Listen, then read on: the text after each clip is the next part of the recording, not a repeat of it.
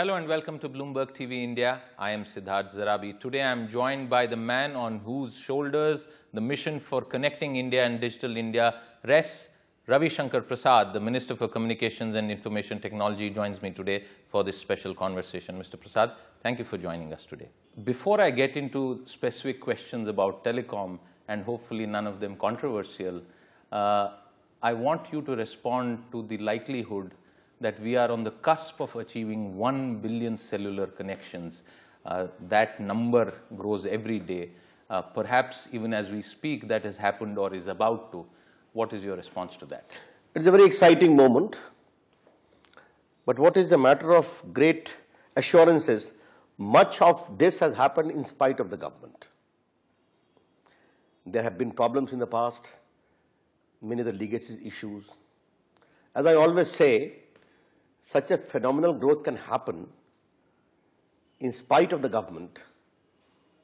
How much growth will happen if it is with the government? The government creating an enabling atmosphere for growth. And that's what I'm doing from day one. When I became the Telecommunication and IT Minister of India, my mandate is twofold: consumers' interest and growth of the telecom sector. Okay, so let's come to that because you have set a theme for the discussion and that's wonderful. Consumer interest. Mr. Prasad, you would agree that many people in this country are price-sensitive customers across sectors, not just telecom. One of the feedback that many people would say is that how much is the government and the regulator who is tasked with that specific job doing to make communications affordable, because prices have been on an uptrend, and while that is good news for the health of that sector, which has faced a lot of financial burden, what are your thoughts? Because prices are a worry as far as telecom services go. Well, you are ignoring one most crucial aspect in the whole architecture: the sheer size of India's market. 1.2 billion plus people, tech savvy. How do you explain India has the largest consumption of smartphones after USA? How would you react if India today has surpassed USA in terms of internet connectivity, 300 million, second to China? Therefore, I am always telling you, have a fair competition in a transparent regime, which is a very honest decision-making process, and it will be a win-win for all. That's what I'm trying to do. But how is it impacting tariffs, sir? Tariffs are still climbing upwards. I really didn't get the point about correlating consumption with higher tariffs, sir. No, I would tell you, what is India? You'll have the costliest phone and you have the simplest phone. Therefore, the competition will determine the price. If you have to survive, the sheer scale of operation will drive the cost. What is wrong with that? Okay. That's how it will go about. Therefore, the job of the government is only to create an enabling atmosphere in a fair manner. And not micromanage tariffs? Obviously, no. And you think that's not a point of worry? Because the point is, that is the job of the TRAI, not our job. Have you ever had a conversation on this with them, sir? No, they have been meeting me. I have told the officials to hear their grievances in terms of ease of doing business and all these things. But as far as pricing is concerned, that should be left, A, to the TRAI, and second, to the dynamics between the consumer and the operator. Wonderful. So you're saying market forces continue to prevail, and that is a sentiment that is, I think, positive for investors. And let me tell you, if you are going to price something very costly in India, you'll be priced out of the market. A, and B, you'll be in a very particular segment. No problem. What is wrong with that? But enabling atmosphere must be created, and it should be left to the wisdom of the operator vis-a-vis the dynamics of market forces. Okay. You've been responding to this question several times over, where industry is criticizing the DOT and the government for ignoring the TRA's recommendations, so to say, and insisting on a higher price for spectrum, and therefore being seen as revenue-driven rather than growth-oriented and trying to balance consumer and industry interest. This argument is a very basically flawed argument. I don't wish to make any comment on TRAI. But I think the companies will be happiest if I give them a spectrum for a free, isn't it? World over, a spectrum is a scarce resource. And everywhere, there is a mechanism whereby the government creates the architecture to part with it. Therefore, the Supreme Court has said natural resources will not be parted except through fair auction. Now, coming to the pricing part of it, this whole issue has been ignited basically for 2100 megahertz. And let me clarify one thing very clearly and categorically. Can any responsible and accountable government in the year 2015 fix a price lower than what the auction fetched 6.5 years ago in 2010? That is the rub. 2100 megawatt fixed 700 crores per megahertz in 2010. What it fetched? 3,500 crores per megawatt. Now, in the year 2015, we have fixed it only at 3,800 per megawatts. Is it unfair? Is it unreasonable? No, it is not. 2100 band is a very priced band for data communication, all these things. Therefore, I think it is very reasonable. And again, we have to see our accountability as well. And surely, as a very conscientious journalist, you will also appreciate no accountable government can determine a price lower than what it fetched 6.5 years ago. You cannot be seen as doing that. Therefore, what is your sense about the willingness of these companies to participate in the auction? Because, Mr. Minister, we have seen public comments, so to say, off the record, the sense that we get on the beat, that companies are saying, oh, you know, perhaps the success of this auction is still a big question mark. Well, there are reports. And being very blunt to you, I have done my homework, as I always do. Whenever auction takes place, three things happen. There are editorials, there are representation to the minister and to the prime minister, there is mostly unsuccessful move before the courts, and thereafter all of them participating. No government in the world will give a spectrum for a free. The government of India cannot. There is a proper Supreme Court judgment, as I told you. I will be very fair. And therefore, as I told you very clearly and categorically, have I been unreasonable? Obviously, no. We have taken the TRI feedback to the Telecom Commission. The Cabinet has discussed everything, and a call has been taken in the most fair and transparent manner. And now, once the auction has been declared, it is the process. It will not be proper for me to make any comment. Okay. But I do hope it will be a very good auction. Okay. Are there any representations that have come to you? Because I'm asking about industry mood. If none of those things that you outlined that used to happen have not happened, it would perhaps mean that the industry is ultimately more willing than in the past? No. I don't wish to become big brother to the industry. The industry has done a very good job in the expansion of telephony in India, and they deserve my full credit to it. It is FDI neutral. Anyone can bring in FDI. Most foreign operators are also welcome to do so. That's not a problem at all. But yes, India under Narendra Modi is a different government. Decision will be fair, transparent. And if I can tell you in one word, whatever is doable shall be done. Whatever is not possible shall be gently conveyed.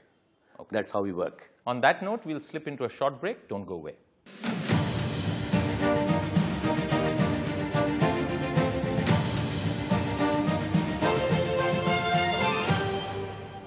I am in conversation with Ravi Shankar Prasad on Bloomberg TV India. Is digital India of the manner in which your government has conceived it possible, sir? Very much possible. If 1 billion mobile phone is possible, that's India. What is digital India? I mean, many of us want to understand, frankly, because the grand strategy, if you may permit me to say that, has still not come out. Yes.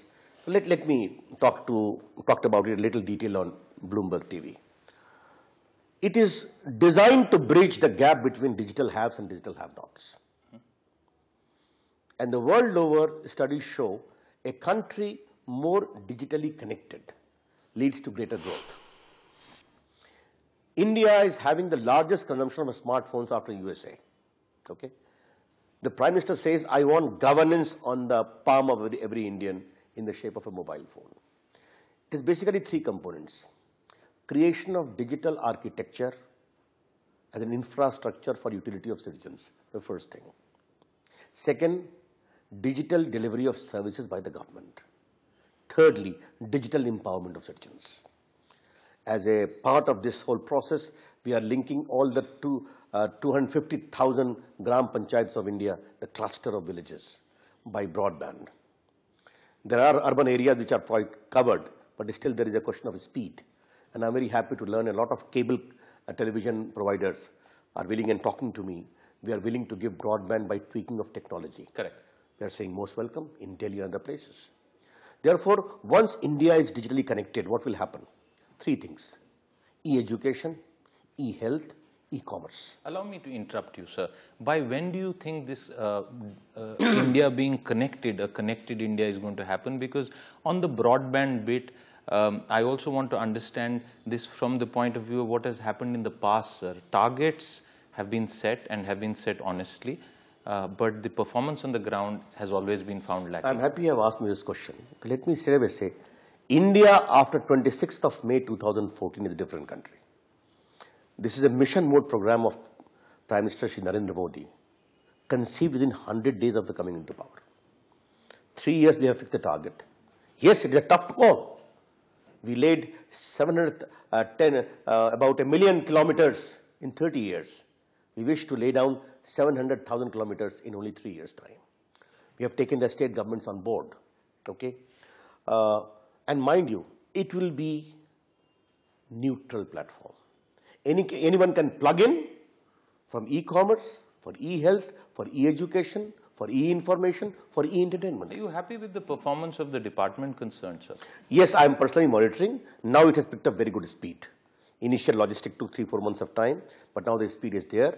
We are personally monitoring it, and hopefully we will be able to achieve it. Digital literacy is very important. Before you talk about that, sir, one small question on that. The issue between who will do what, your public sector entities under your control, which is largely Bharat Sanchar, which is a massive entity, underutilized, as you would also agree, and the private companies who perhaps will be faster in execution. From your point of view, how do you see them both playing a role? Because the debate that I have heard, and correct me if I'm wrong, sir, is that the ministry was more inclined to use the traditional approach of Bharat Sanchar. No, I'm sorry. You have not been given the right feedback. Bharat Sanchar, Rail, Tel and Power Grid, the three bodies, are involved only in laying the infrastructure. As far as the use of infrastructure is concerned, all the private players are most welcome. And let me tell you how it is being improved upon. Chandrababu Naidu, the Chief Minister of Andhra Pradesh, said, "You give me the requisite funding you have thought about Andhra Pradesh. I will supplement the rest. I will go to every village." Go ahead. Okay. Now that model is also being emulated. How much are you giving to Andhra Pradesh? That is a question of detail. Many other state governments are equally excited. For instance, I have written to all the chief ministers, a right of way should be made more fundamental. No opposition. They have agreed. They have understood the import of that. I talked of digital literacy. We have called small programs in Indian languages so that common people become digitally literate. Electronic manufacturing is a part of this whole digital India. We consume electronic goods for $100 billion every year. And yet our country has 0% import duty. And it reaches $400 billion by 2020. Okay. Now, India has enormous potential, human resource. All the Fortune companies are having their back-end offices. Let India also manufacture from... How, sir? How? That is the question. Please allow me to explain it. Please go ahead. It is important you are Bloomberg TV, your target audience in international. Therefore, allow me to explain it. Sure. First of all, what is important? Enabling atmosphere. MSIPs are there for incentives. We have approved about 13 clusters all over the country, where in simple language, if you invest $100, we will give you $25 straight away. If a state government gives us 50 acres of land, we will give him corresponding 50 crores of rupees. This is by the government of India. In addition, there are state government incentives available. Now, from a smartphone to SIM card, to smart card, to electronic medical devices, to defense electronics, to hold these other consumer goods. I had gone to Germany, I had gone to South Korea myself. Take the case of these LED lights. We have decided that all the municipalities in India would ensure that LED lights are installed on all the streets. You see the enormous potential. And all the state governments now have come on board. I have met all the chief ministers, the state governments. They understand this area will give us revenue, this area will give us employment, and most of all, we have to become a facilitator for electronic manufacturing. That ecosystem has been created. But what would you say to those investors who hold up the Nokia case of Siriperumbudur, the shut factory, as a very bad signal being sent out globally? First of all, let me clarify, that has been resolved. But Nokia case should not be juxtaposed as a stumbling block for electronic manufacturing. Nokia was taken over by Microsoft. They did not take over the Nokia company. After all, in America also... Because of a tax notice by the Indian... Please listen to me. Even Vodafone has to pay tax in England or not. Manufacturers in Germany have to pay tax or not. In South Korea or not. Therefore, certain taxing issues were there to be resolved. Because the initial owner has sold it away and the new owner has refused to take the liability. We have to find a way out. We have found the way out. Now a new purchaser has also come about. But what I am telling you, in the last 6-7 months, we have received, how it will be in million, you convert it, 20,000 crores worth of proposal for electronic manufacturing from some of the biggest giants of the world. Can you please explain the Nokia bit a little bit more? You said a new purchaser has come in. Could you expand? What I have been told, okay, that now a new purchaser is seeking to purchase it. Oh, wonderful. Good news for all those employees who are... Yeah, we are going to find a way out of it. What is Tamil Nadu government telling you, sir, if I can ask you? They have also come on board to bail them out by whatever, if they have some local issues. By when do you expect that? By our officers are working about, but I will put a larger issue. Wonderful. Whenever I come to any international channel, the life must not end with Vodafone and Nokia. No, that is a very serious grievance. As a minister, I have. I agree. I'm asking you, so many Indian companies are having problems in England, in America. Does it become an issue for us? No. If there is a problem, it will be settled fairly.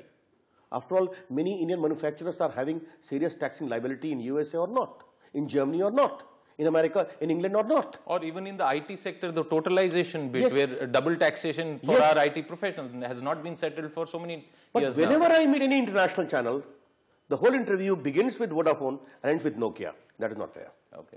But let me tell you, India is a safe investment for electronic manufacturing. A huge market is there. Defense manufacturing is 60% plus electronic manufacturing. A smart city is going to come in a big way. Therefore, from SIM card to smart card to television cameras to set-top boxes to LED lights to medical electronics to defense electronics, a whole new world is waiting to be tapped in India with powerful human resources, a very proactive government, incentive-driven, and also a state government supplementing their incentive with the central government. I just laid the foundation of an electronic cluster in Bhopal, in Madhya Pradesh, in Jabalpur. Others are equally keen too. Every state is demanding 2-3 electronic cluster. This is how the world is going about. Electronic fab manufacturing is also exciting. Some agencies are working on that. Therefore, I am quite sure if in 6 months' time we are able to do this much, a new ecosystem, India as a favorite destination, because of the powerful human resource available, intellectual human resource, is waiting for electronic manufacturing to be tapped. Therefore, from architecture, once the whole framework is there, state governments will be forced to deliver their services electronically, from caste certificate to irrigation certificate to educational certificate. We are talking of digital lockers. We are talking of new clouds. On that note, we'll slip into a short break. Don't go away.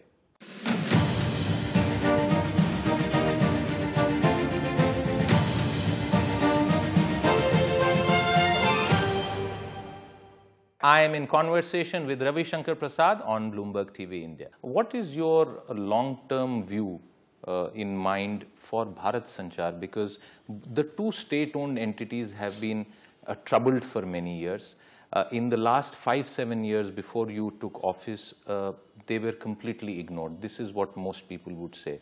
What are you doing for them? Because on one hand, the growth market has gone away to private companies. They have huge salary burden. They are a liability around your neck, if I could put it that way, sir. Let me put it like this. I totally agree with you. Apart from their own problems, which is not small, they have been given the most stepmotherly and discriminatory treatment. As I said in lighter vein, if you have a Mercedes-Benz car in front of your house and you don't put diesel or petrol for 6-7 years, will it run? What about the driver, sir? Is he worth running it? No. Driver will run if there is a fuel in that, the first thing. These two bodies were in profit 7-8 years ago. And right from 2007 to 2013, they were not given any indulgence to expand. Repeated attempts by them to expand was frustrated for reasons I don't wish to go. And that was the main exciting area of expansion of consumer base. They lost it out. But BSNL has to have a role. And my take is very simple. To have a fair competition, it is equally important that one public body is there in a fair manner for a fair competition. But it's not going to become an Air India. No, it will not. It will not. Let me give an example. We had big floods in Kashmir. Private companies gave only 1 day free call. BSNL gave 10 days. We had a big Hudhud cyclone in Andhra Pradesh, and the Chief Minister of Andhra Pradesh was very grateful for the way BSNL restored services and gave all the indulgence. Therefore, don't forget one thing, India, we have to take care of poor people, marginalized people. Can I force Vodafone or other companies to go for free? I don't think they will. Therefore, and I don't grudge that also, it is their business sense which they want to have it. But it is very important that I have taken over as the minister. I have decided these two bodies must be brought to health. Excuse me. Yes, they need to be competitive also. I agree with you totally. Professionally driven. Therefore, we are trying to encourage, and hopefully they will be brought to health. That's very clear. But if we are able to have BSNL, MTNL turning around, a fair decision-making process, Digital India accompanying, exciting demand for mobile phone, including smartphones, internet growing, India will become a truly very happening place in the communication and ICT sector. Would you, have you asked the finance minister to relook the customs duty structure for your sector, sir? It will not be fair for me to make any comment as a senior minister when budget process is on. Okay, I still tried my luck. One more question. When is the spectrum trading sharing, the final fine print supposed to come out? It's been delayed constantly, and people say you are doing it, you'll only do it after the auction money comes in. No. There is a process. We may have to take the feedback from the TRAI, the Telecom Commission. If I don't do it legally, I will have a problem, including you. You're a lawyer, you won't do anything. No. There were many lawyers in the previous government also, okay? Yeah, too many of them. What is important is to do it fairly. Okay. I'll have to follow the legal process. Okay. But those two guidelines also come very soon. Because always remember, as I say, in lighter vein, the present auction of March is not the last auction of the Modi-led government. Is it so? There will be more auction. You must understand that the problem with defense was pending for the last 10 years. I've been able to solve it. Today, the defense band has been delineated. I've been able to get 5 megahertz in 21 band. Other 15 megahertz we will get very soon when the harmony and the other issues get solved. The cabinet has approved in principle. The concept will be there. Therefore, no problem. India will be an exciting place. Thank you very much, Mr. Ravi Shankar Prasad, for your time today. Thank you. Thank you. That was a special conversation with the Communications and IT Minister Ravi Shankar Prasad. If you've been watching, thank you very much.